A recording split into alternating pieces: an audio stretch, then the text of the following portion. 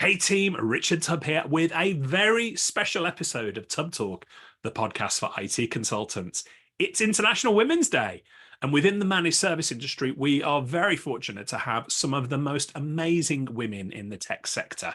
And I'm joined today by one of those women, a returning guest, for who a lot has changed since she was last on Tubb Talk way back in episode 102.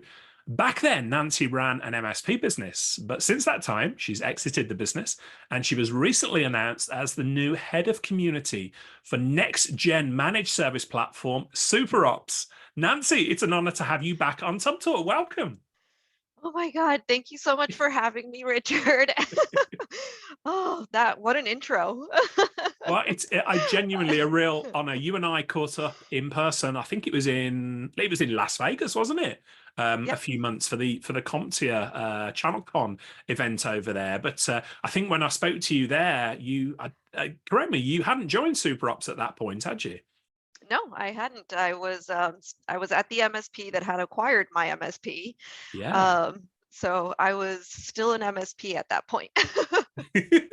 Well, Nancy Henriquez, tell us, so much has changed since we last spoke to you. As you've alluded to, and we've mentioned, you were running an MSP last time we talked on the podcast. So talk us through all the changes since then. What led to you joining SuperOps? Whew, where do I start? At the beginning, right?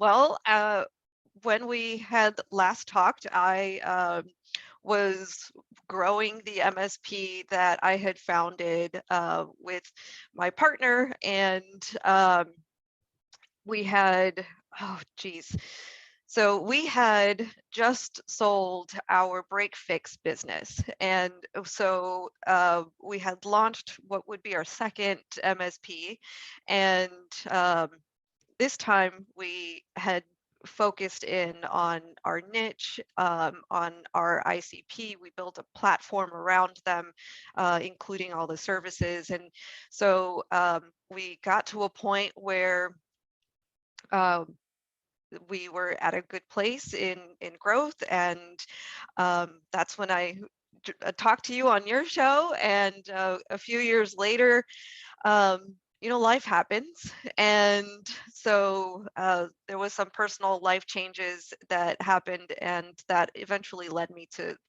exit the business. Thankfully, at the time, um, I had some really great mentors that I had gotten to know through the community, and we were able to find a new home for Sabino CompTech, and then I was given the privilege of working with them for a few years. And when I started to reflect on what is my next point in life, what is my next stage, what do I want to do next, um, I realized that I wanted to help MSPs, just like the MSPs that helped me. And just like so many people in the industry and in the channel that had helped me along the way.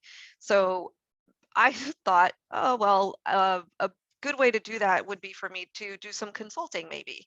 Yeah. Um, and so I had posted about looking for my next opportunity. And about 5 minutes later, I get a call from a really good friend, um, Juan Fernandez, the channel chief of SuperOps. And he says, I have a perfect role for you. Um, Let me tell you what it is and see what you think. And it was like, I'm listening. Okay. What do you have going on? And so he says, how would you like to work with MSPs? And I said, I would love that. Absolutely.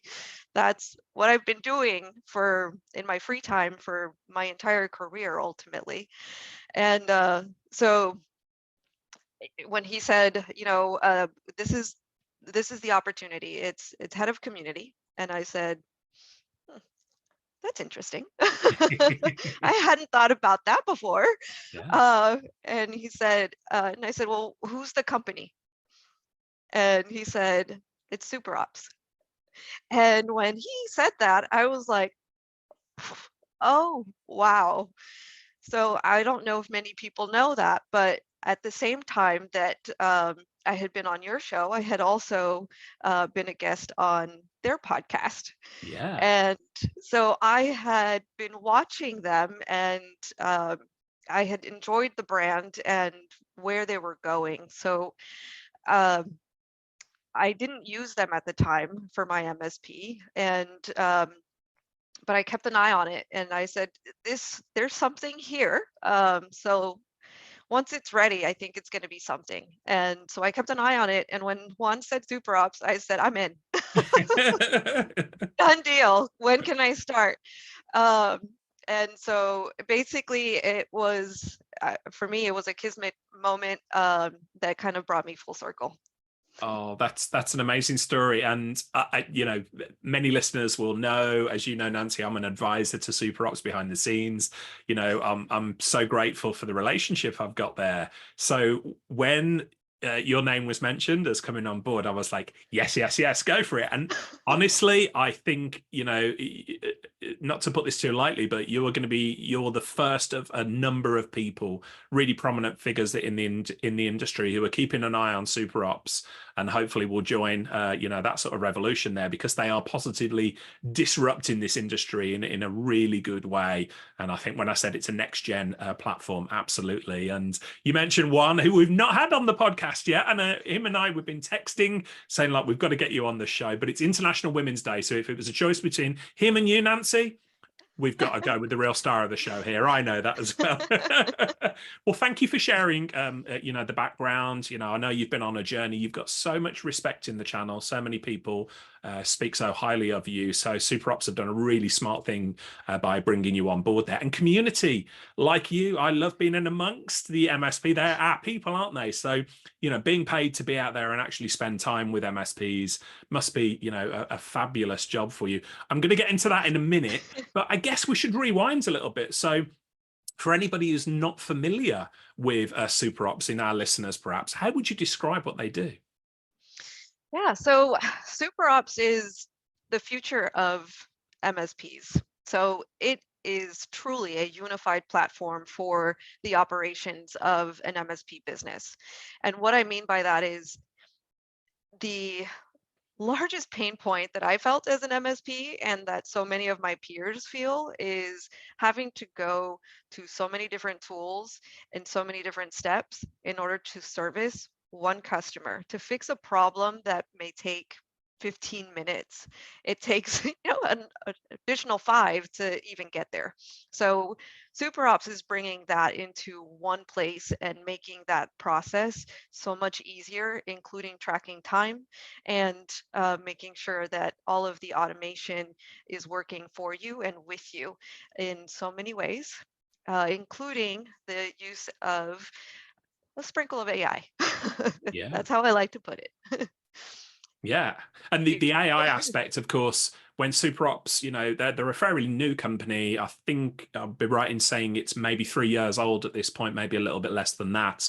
And when I first spoke to Arvind Parthiban, who's the CEO and co-founder there, we talked about the AI aspect. And of course, back then, it's hard to believe now, isn't it, with AI everywhere? But if we rewind sort of 2-3 years, AI was only an emerging technology.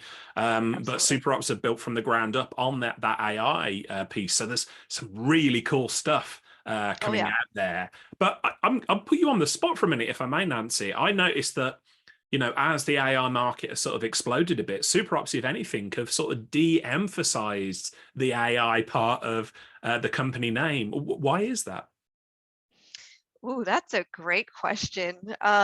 So one thing that SuperOps is really paying attention to is obviously the market, the MSPs that are going to use and leverage our product.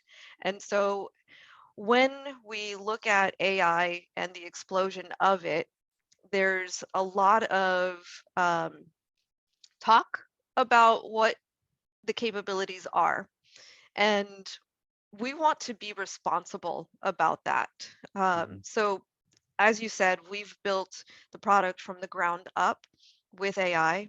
So there's a huge sense of responsibility that we have to ensure that the AI that we put out there and give access to all of this data is not only going to be manageable, but will be exactly what we intend it to be.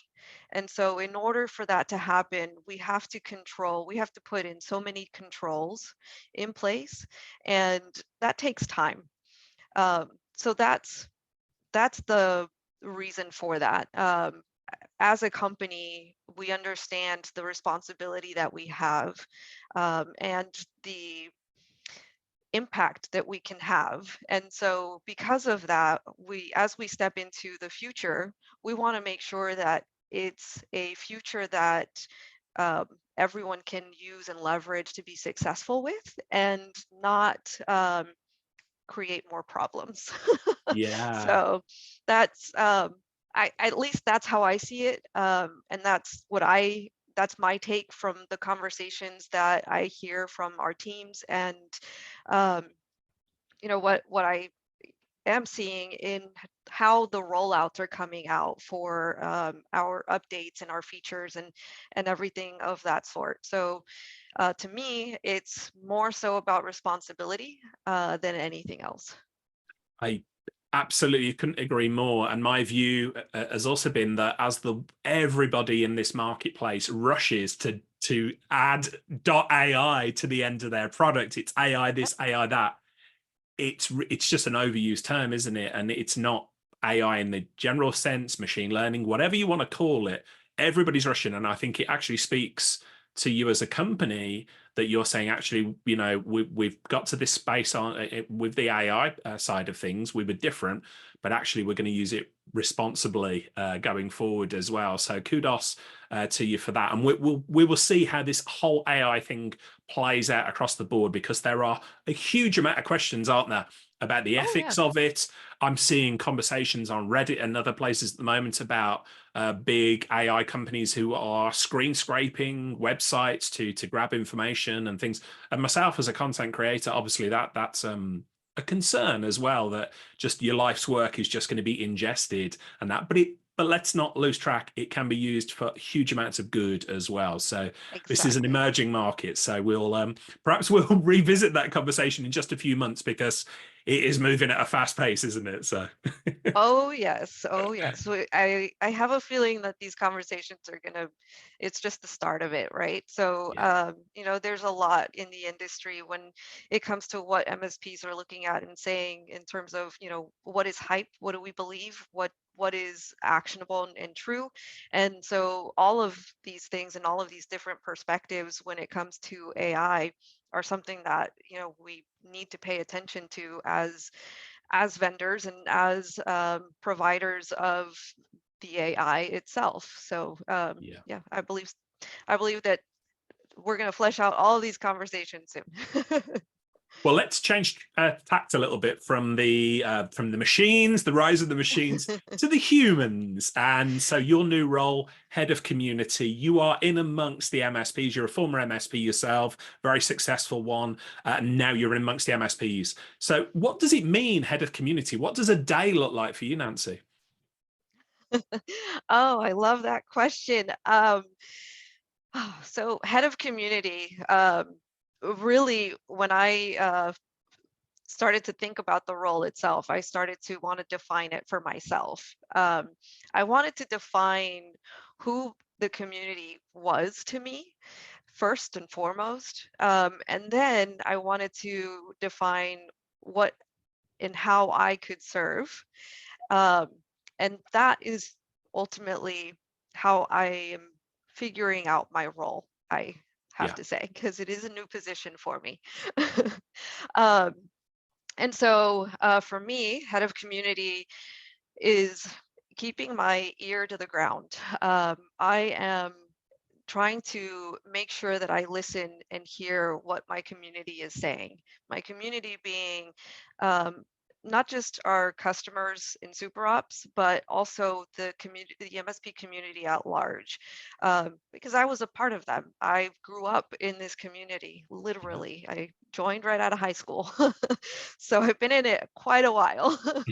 um, and so I know that when I was an MSP, my relationship with vendors was really driven by who paid attention to my needs, who was interested and invested in my success, and who was there to provide resources for me, to mentor, to connect me with others that I needed to know in order to get where I was going to be. And so I am in, integrating that into my role and making that a huge part of what I'm doing. So keeping my ear to the ground is exactly that, being and continuing to be amongst my peers and listening to what they have to say, because it's incredibly important. Yeah.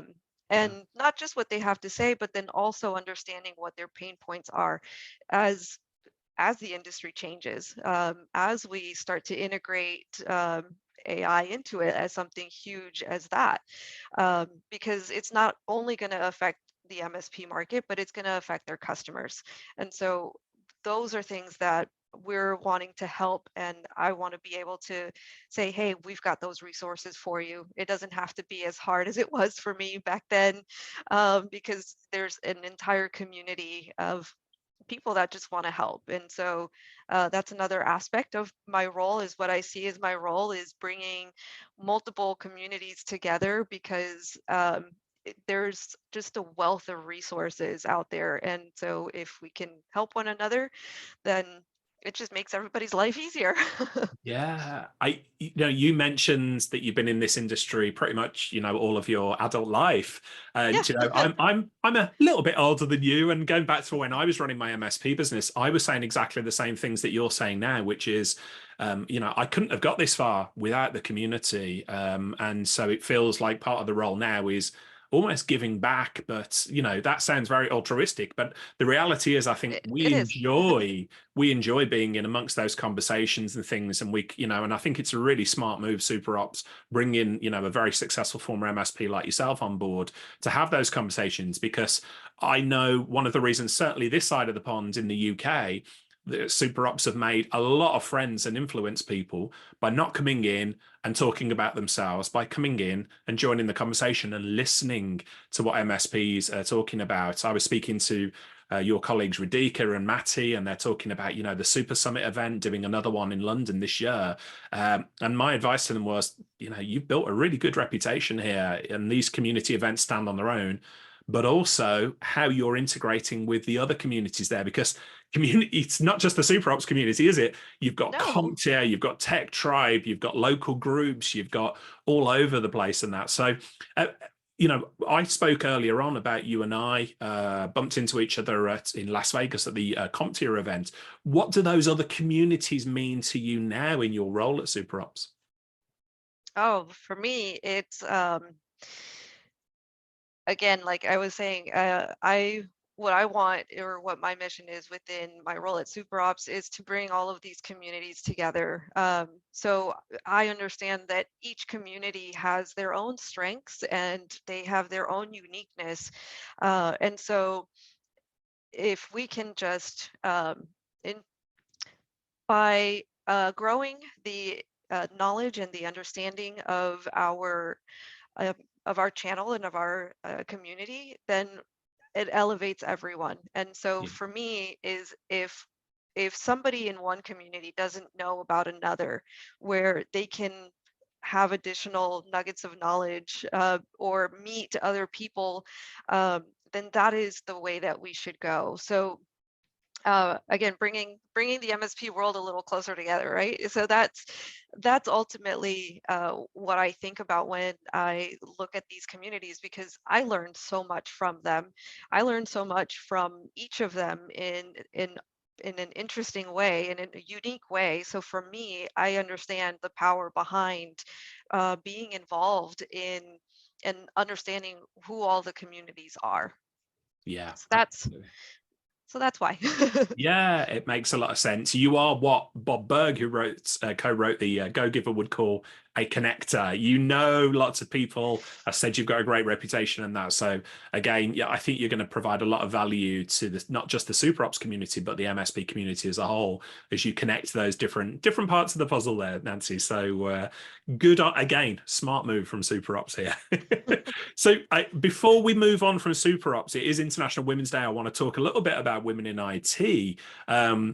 But SuperOps, they've made huge strides in recent months, including a massive round of investment that I spoke to SuperOps CEO Arvind Parthiman about back in, when was it? It was a Tubb Talk bonus ode. I think it was like last September, October, November time.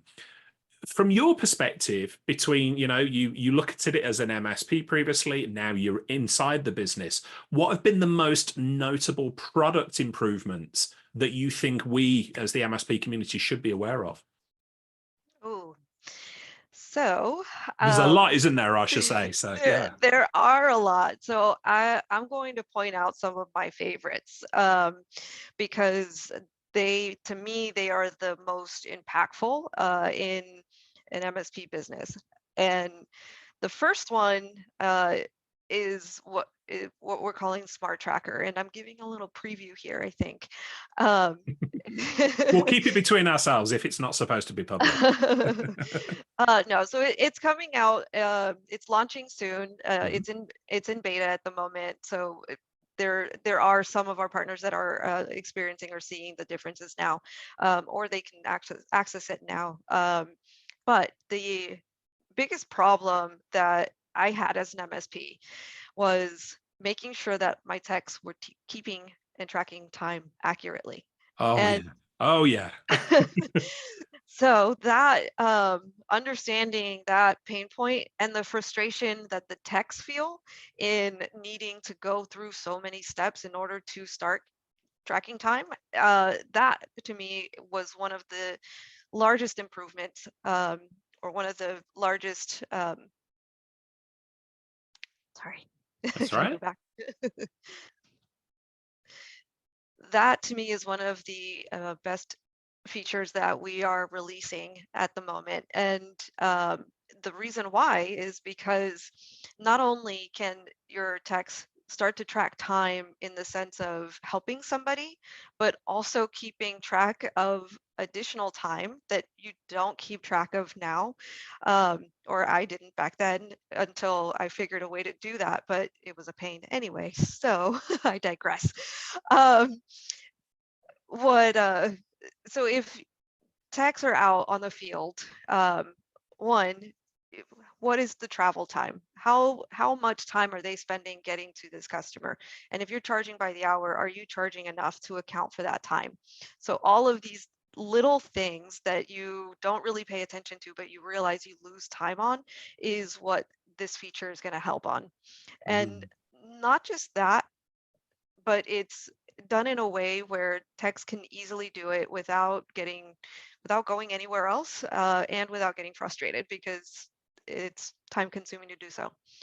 On top of that, I love this feature because it will also tie into reports that owners need in order to figure out who and what is taking up so much time, whether it's on a customer side, whether it's on a tech side. That way you can start making business decisions in order to increase your efficiency and your profitability. So that's my favorite feature that we are investing in. There's a few more.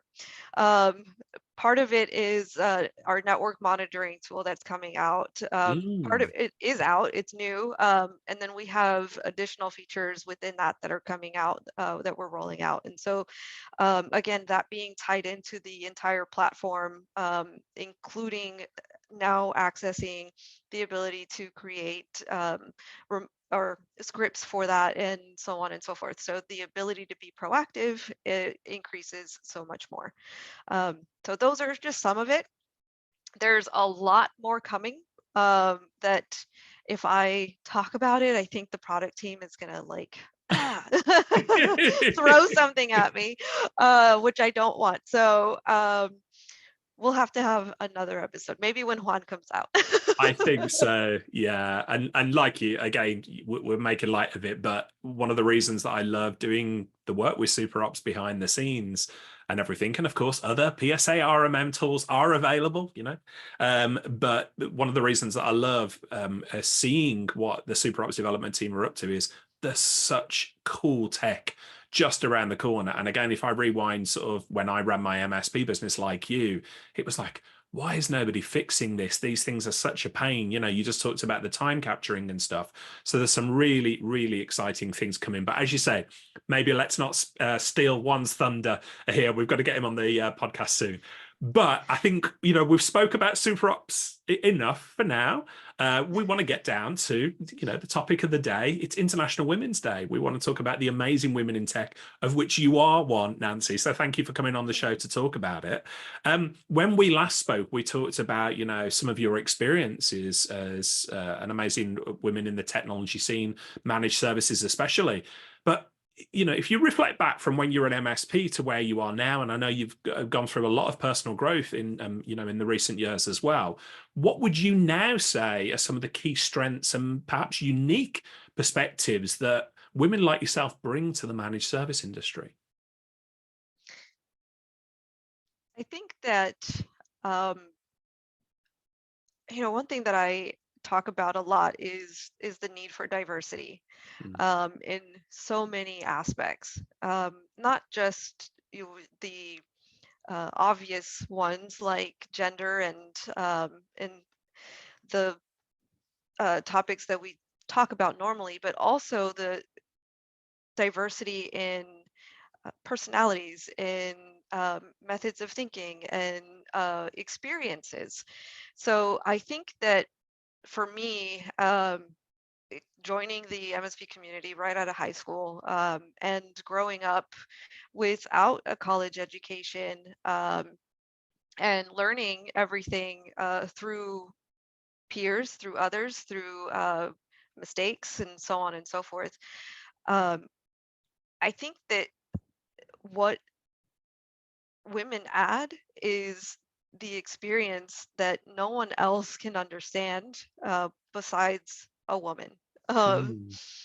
and so that I think is, uh, whether it's empathy, whether it's social consciousness, whether it's nurturing, there are attributes that women have.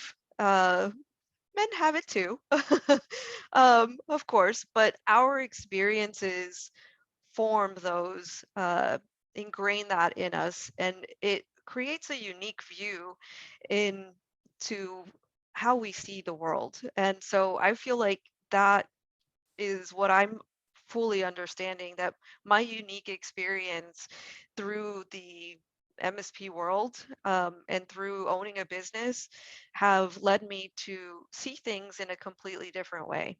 And I Mm. think that that's beneficial, and that's beneficial all around because I'm not the only one, right?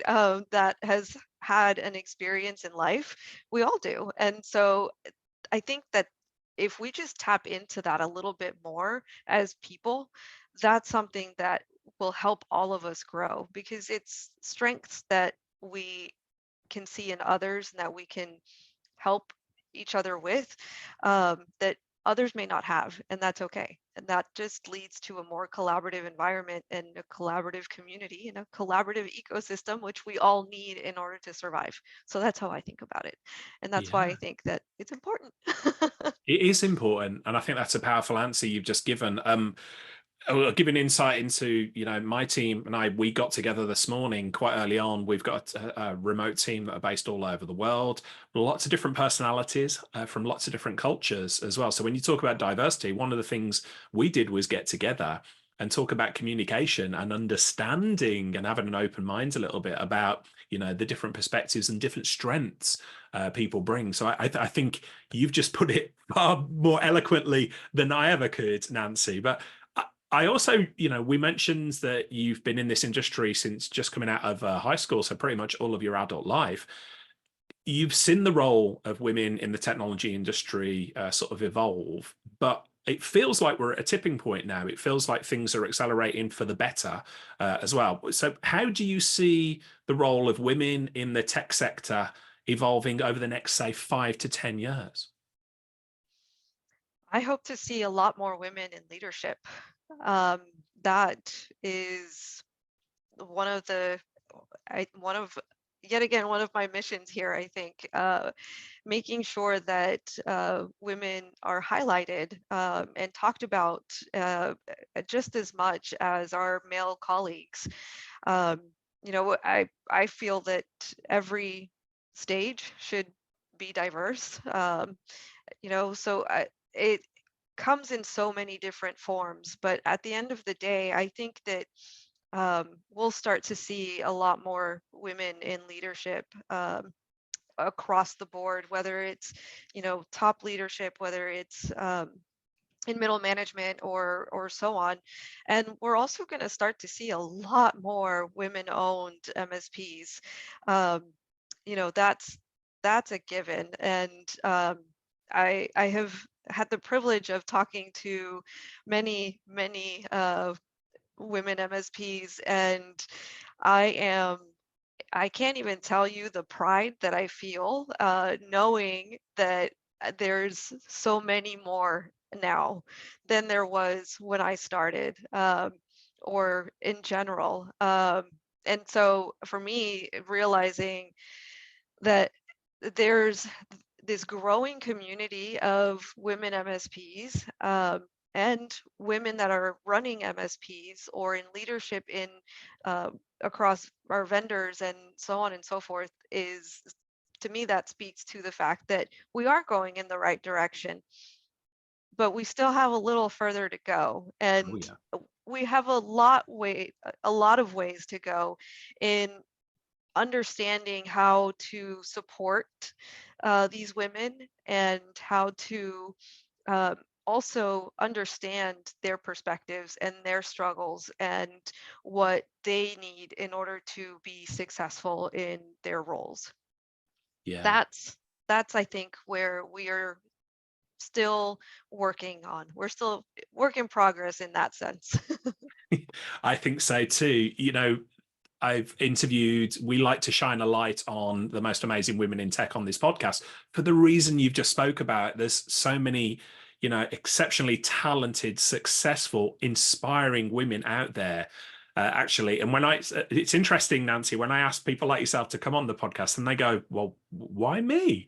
And I will say, you're doing it. You're out there, and you're remarkable. And I try to explain that by I feel as though by shining a light on the most successful women in our industry, it really does inspire others. I've heard firsthand stories of people said, I was speaking to a wonderful lady, Amanda Stewart, who runs an MSP in Scotland. She was the winner of the SuperOps, Women in IT Award in the SuperOps MSP Awards and that. And I don't think Amanda will mind me, sort of sharing that she initially couldn't understand, well, I'm just doing what I do. But then she realized it does inspire others. And I think this is all part of the momentum, isn't it? It's building up. So thank you again, Nancy and Amanda, Diana Giles, Tracy Pound, so many amazing women in tech who are trailblazing, leading the way, but you are inspiring other girls, other women into the tech sector as well. I want to ask, you alluded to it there, but what are the biggest barriers that women are still facing in entering and advancing in the tech industry? Oh, that's a heavy question, It is, Richard. isn't it? Yeah. um, I have to tell you that I am a newly single mom 2 years now, and keeping up, keeping up pace with my male colleagues that have that support at home is it's difficult. It is hard, and that's a perspective that I don't think many understand or think about. Um, and so as I am going through this experience myself and realizing the extras that I have to give in order to continue to be as successful as my male colleagues, or keep up in the same pace as they are in climbing that ladder, let's say. Um, there's deficiencies in my time, there's deficiencies in my ability to give, and so I have to then give extra or give more. So that's a challenge that I see, not just that I'm going through, but that there's countless people out there going through similar situations. And even if you have a partner at home, the home responsibilities are often on the female counterparts. So until things change within cultures, there will always be a gap where women will have to either push harder to make up for or fall back in that race to leadership or so on and so forth. And the data tells you that uh, there was a huge gap created because of COVID and the need for a lot of women to go back home or to decrease their workload in order to maintain the household and to take care of kids and so on and so forth. And so those are things that I think that our industries and our companies, our vendors all need to, our MSPs all need to pay attention to in how they support their workforce, as well as how they support the communities of small business owners at large. They may not have the same time or resources as others, but that doesn't mean that they don't have the same drive and that they aren't able to make certain things work in other ways. Because there's obviously women are doing it, right? We are still advancing, so we've found our own ways to do that. But what is the industry and what are companies doing in order to assure that they're putting all these women, all these people in these situations at a same vantage point as everyone else? So that's ultimately speaking what I feel is part of that gap and what is missing. Thank you for sharing that, Nancy. And I will say, as a bloke who employs ladies within my business as well, my thoughts on this are, whatever your views on it, if you are not, accommodating is not the right words, but if you are not aware of some of the challenges that women can face in this situation, and if you don't, uh, accommodate those things, you are missing the opportunity to engage with a huge amount of highly talented, really driven potential employees as well. So certainly within our business, we've looked at it, and I know I'm not an MSP. We're more of a media company. However, we are very aware of that, and I think we've got a wonderful team as a result of that. But times are a changing, and we need to change with it as well. And so for anybody listening to this, listen to what Nancy has just said there, because if you're an employer, if you're an MSP, if you're a vendor, whatever you're doing, if you've got people within your team, you're going to miss out on a huge wealth of incredible talent if you don't open your eyes and just look at what the needs of those people are there. We've got to change with it. Yeah. Absolutely. I mean, take a look at the way that the world is changing, right? So we've grown into a global economy where nearshore and offshore work is, you know, it's common now. And so because of our world expanding in that way, um, people are going to find ways in order to continue to be successful. So women are going to find a way. If employers aren't providing that, we're going to have startups with women creating ways to accomplish what they need to do in the way that works for them. So that's part of what I see as um, just part of the success. If we all just embrace that and support all of this talent in the ways that they need, it will only benefit the companies in our ecosystem at large. Yeah, really well put. Something else that you mentioned earlier on. So we've talked a little bit about, how we can remove some of the barriers to women, girls and women joining the tech industry. But then when you talk about moving up the ladder, and the gender gap that we're seeing in tech leadership positions, how can we address that? And before you answer that, I just want to say one observation from my perspective, having been in this industry for a long time and seeing the changes that are going on. A lot, not exclusively, but a lot of the fastest growing, most successful, disruptive businesses that I'm seeing in the MSP space have got women in senior positions of leadership. I don't think that's by chance. I think those businesses that are embracing women and enabling women to climb the leadership ladder, as you might have said earlier on, are succeeding. But what are the barriers that you're seeing to that? And why should people open their eyes and realize that women in senior positions equals success? Oh, that's a great question. It all comes down to perspective and experience. Um, I think that, and for me, coming from a non-traditional background, I realized that there is still such a wealth of knowledge and experience in non-traditional um, backgrounds. And so for me, I think some of those barriers are realizing that that is maybe that is an area that others aren't paying attention to enough. Maybe they're not going to the right places. One thing that I say about the community in general, and I think that it just speaks to this as well, is you got to go to where the people are. Yeah. And so if you're not finding the right talent, then are you looking for skills that can translate to the talent that you need?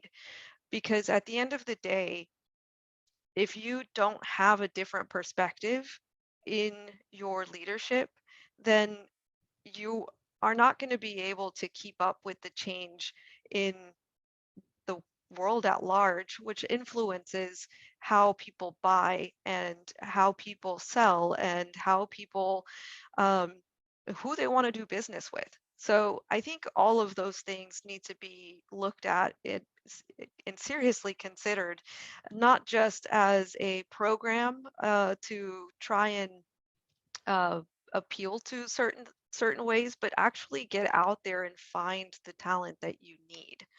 So I feel like that's a huge barrier.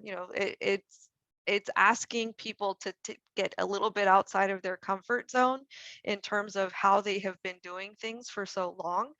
But that's the only way that you will see change and that we will bring down some of these barriers, because if you're not finding the talent, you're not going to the right places. Yeah. And I think what's the phrase? I'm going to completely butcher this, Nancy, but if you always do what you've always done, you shouldn't expect different results. You should always expect the same results.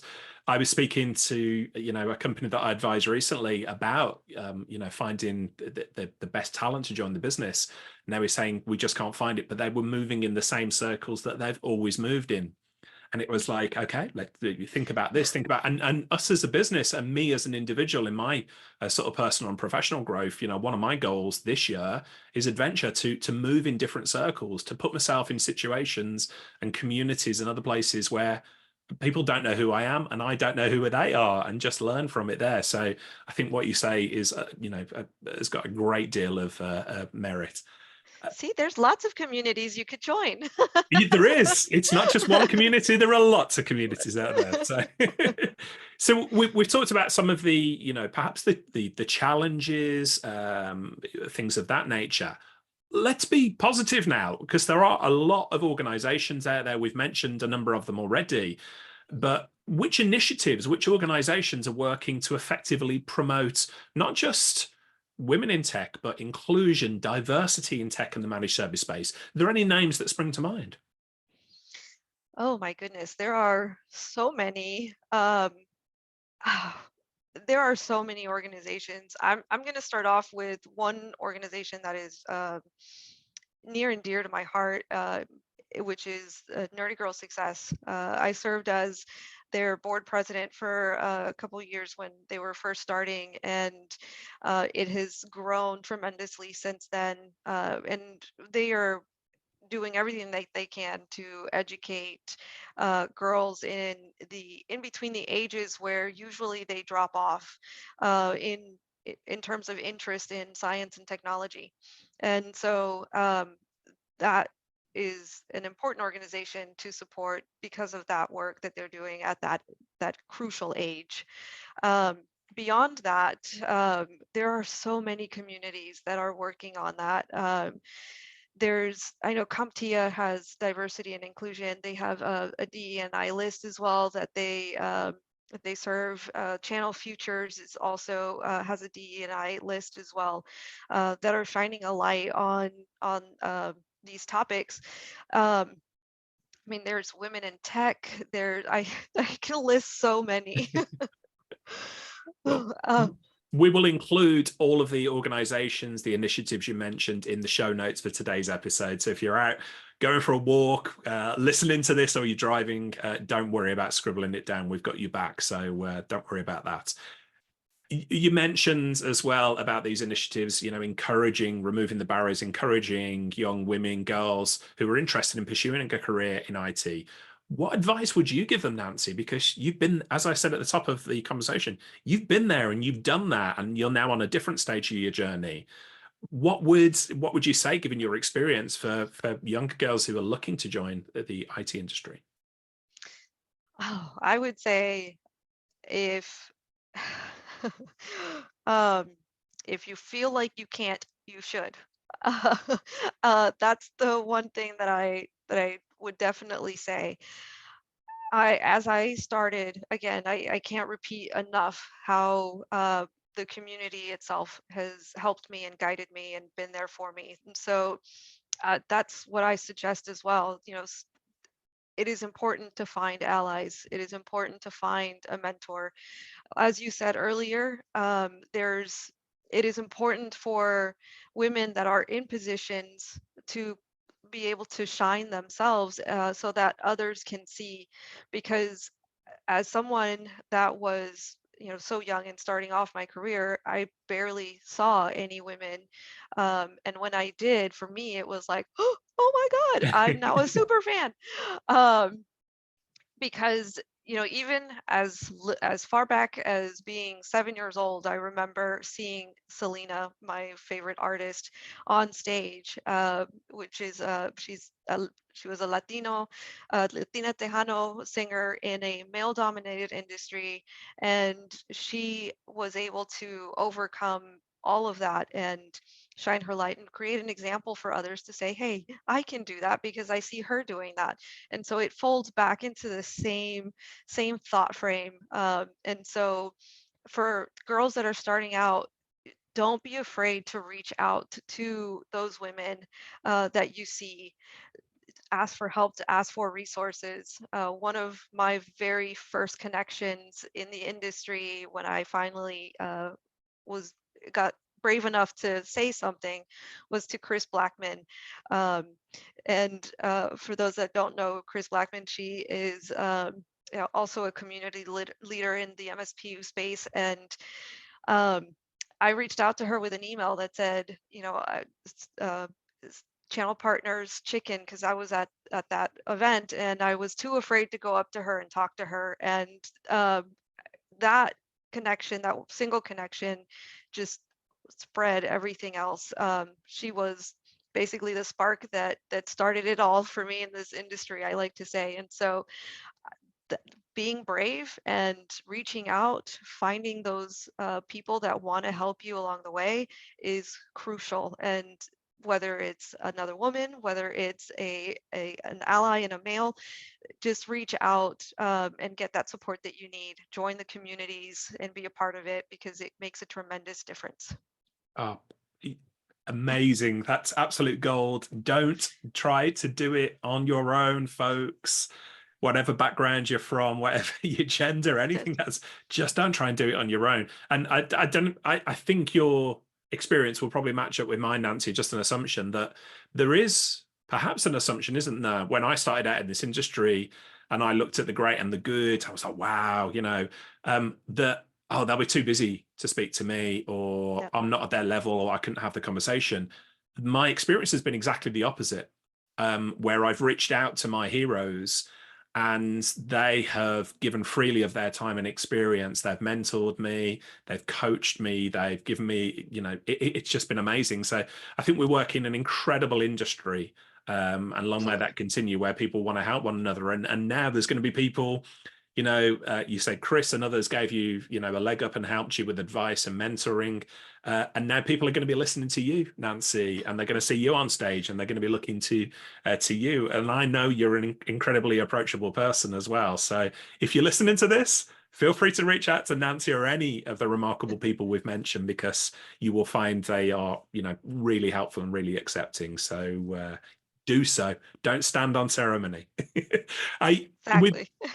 We've got a big audience, of course, globally, of MSP owners. I know there's a lot of vendors listen to this podcast as well. In your opinion, Nancy, what are some of let's give them some practical steps. What are some of the practical steps that companies and individuals can take to create a more welcoming and a more inclusive environment, specifically for women in tech? It all starts with empathy, empathy and understanding, right? So if there is something that you don't understand, or that you don't know how to help, the smallest, simplest question that you can ask is, how do I help you? And how can I help you? And a lot of the times you'll realize that as long as you create the safety and the space to have those conversations, people are willing to have those conversations because they want the help.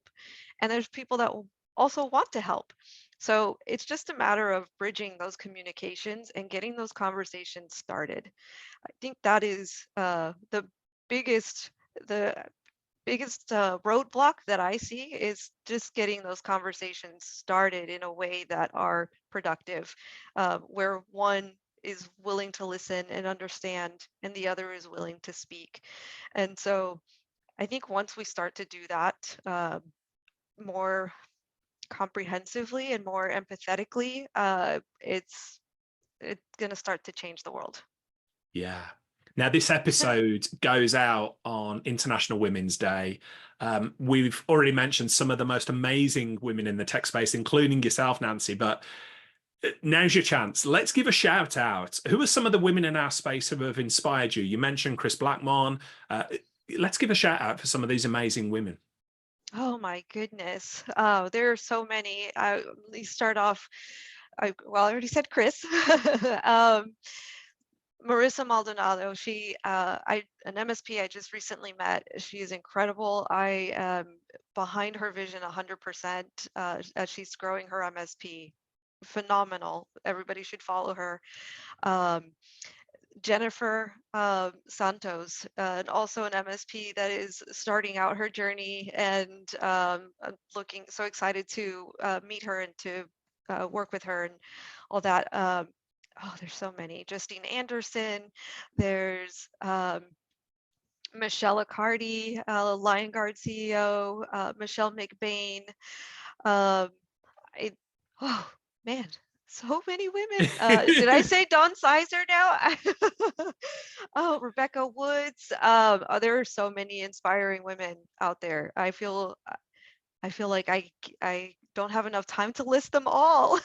Yeah. Well, I've got to say, I know some of the names that you've mentioned there, but if you're highlighting, if you're shouting out some of the other ladies there as well, I've got to meet them. We've got to get them on the podcast at some point. So if I'll speak to you offline, but if you could be as kind as to introduce me to any of them, we would love to speak to, the next generation of amazing women in tech as well, because I want this podcast to be shining a light on the great and the good in our industry, and a lot of those people are amazing women in tech, just like yourself, Nancy. So thank you for giving so many names. We'll include links perhaps to all of those people, their blogs, their podcasts, their YouTube channels, or even their LinkedIn and more. I'm like, profiles. and more. I And have more. there's going to be loads of names that Nancy has perhaps not brought up doesn't mean you're not important, but I would promise we'll speak to Nancy off air.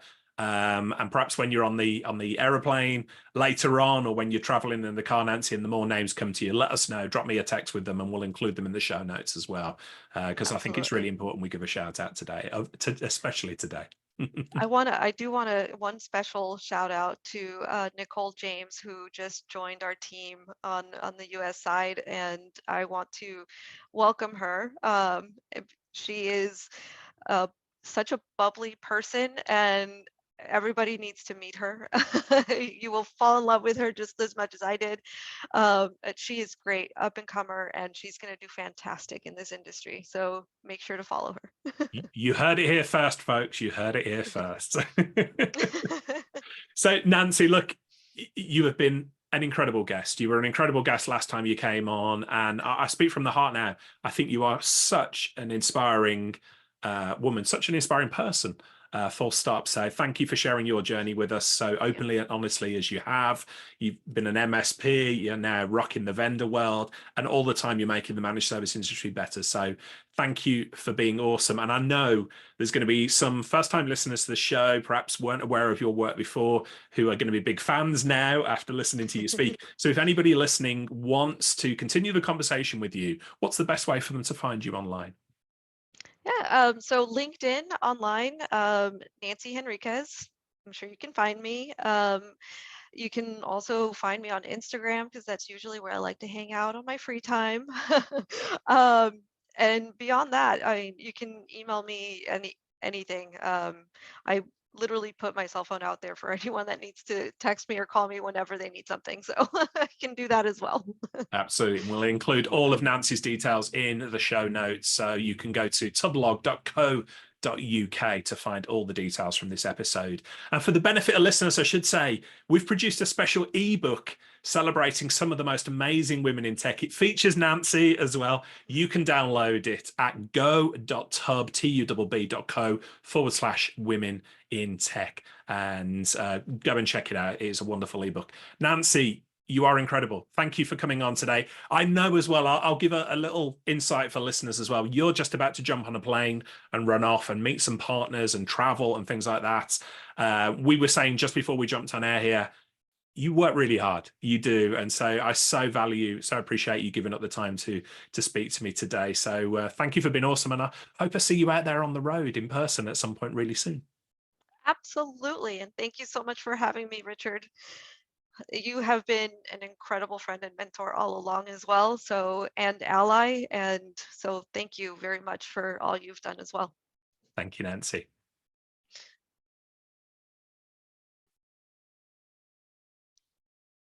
Hey team, this is Richard again. Just one more thing before you take off, and that is MSP Insights. Now, every Tuesday, I share my thoughts on the business of IT with you, the managed service community. Thousands of managed service providers already subscribe to MSP Insights. It's easy to sign up, easy to cancel. MSP Insights is basically a short email from me every Tuesday without fail with advice on growing your IT business, plus cool resources I've found, discovered, or started exploring that week. It's kind of like my diary of cool things and often includes articles or books I've read, tools I've discovered, and events I think you'd be interested in, often sent to me by my friends and Tubb Talk podcast guests. So if that sounds fun, a short tiny bite of MSP goodness every Tuesday, and you'd like to try it out, just go to go.tubb.co/Tuesday. That's go.tubb.co/Tuesday. Drop in your email and you'll get the very next one. Thanks for listening.